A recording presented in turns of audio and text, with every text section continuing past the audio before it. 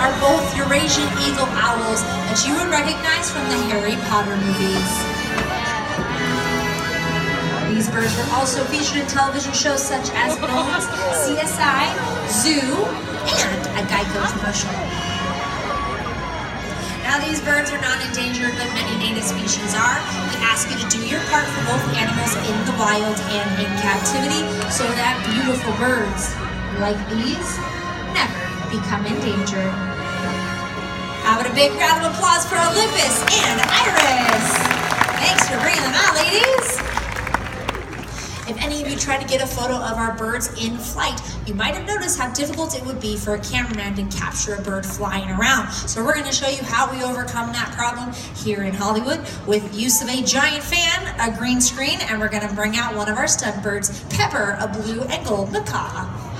Pepper's trainer is going to place her in a strong current of wind. Once in place, we can swap out the green screen with any background we'd like. To see how it all comes together, check out this center screen.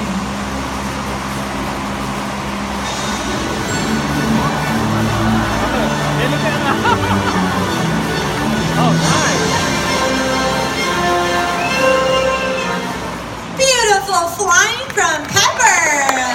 Nicely done.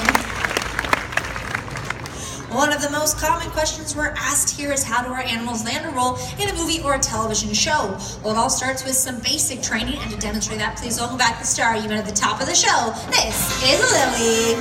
Hi, pretty girl. Are you excited? Okay. Now, one of the first basic behaviors every good movie dog needs to learn is what we call a mark.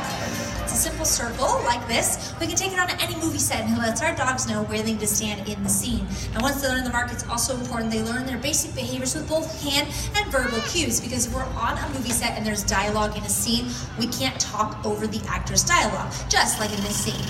Hook, with eyes blue as forget-me-nots, save when he clawed your belly with the iron hook he has instead of a right hand. At which time, his eyes turn red. What you didn't see was the trainer standing off camera cueing the dog to back up and bark, just using hand signals. And like I mentioned, it's important our dogs know both hand and verbal cues, so I'm going to run through Lily's behaviors using a mix of both hand and verbal cues, and we'll see how she does. Ready?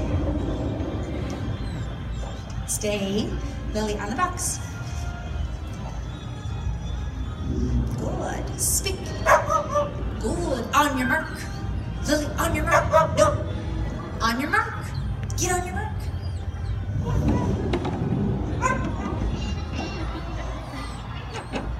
On your feet. Lie down. Stay. Good. On your side. Straighten up. On your feet. Good.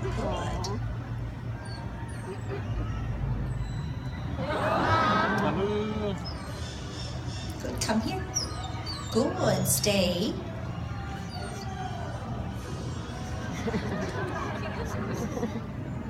On your mark. Good.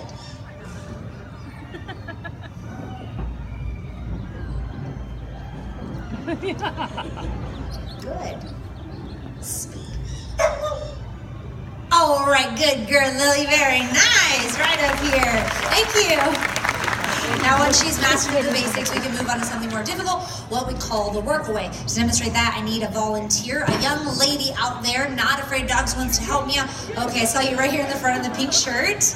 You'll be great. Come on up here. Go ahead and use our stairs all the way down here. Whoa, gonna run into our help. Come on up here.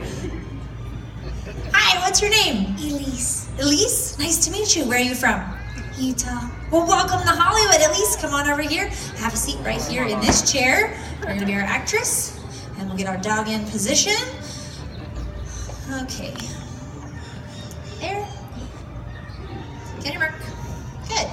Now, the reason this is called the workaway is because Lily's going to be facing away from the trainer and towards our actress. Now, how I set it up is I take one of her favorite treats. I can place it on the movie set. Hello. That part's later. Stay. I can place it on the movie set so she knows where to focus. And then I can move behind her and she should respond to just my verbal cues. That's why it's called the workaway. Now, Elise, did you take that treat? Let's see. Try it again. Okay, we don't always leave our treats lying around, so I'm gonna do something different. Hold your hand out for me. I'm gonna put... There's nothing there yet. I still have it. Get on your mark. Get on your mark. So sometimes our dogs are really naughty and they try and steal the treat, so we don't always leave them on the floor, and it's easier for them to take it. So we can hand it to an actor or an actress, as long as the dog knows where this is coming from. Nope, nope, nope. Hey, get on your mark. Get, sit, sit, stay. Lily's really good at this game.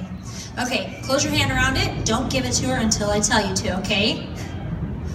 All right, so then I can move behind her, and she knows that the actress has the treat, and that's where it's coming from. And I can still be off camera giving her cues. We'll see how she does. Good, Lily.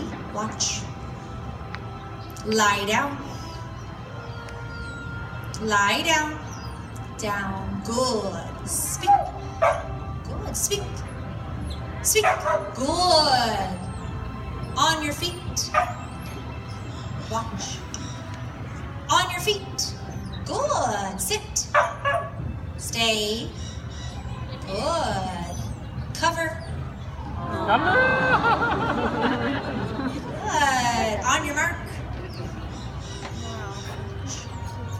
Watch. Good. Lie down.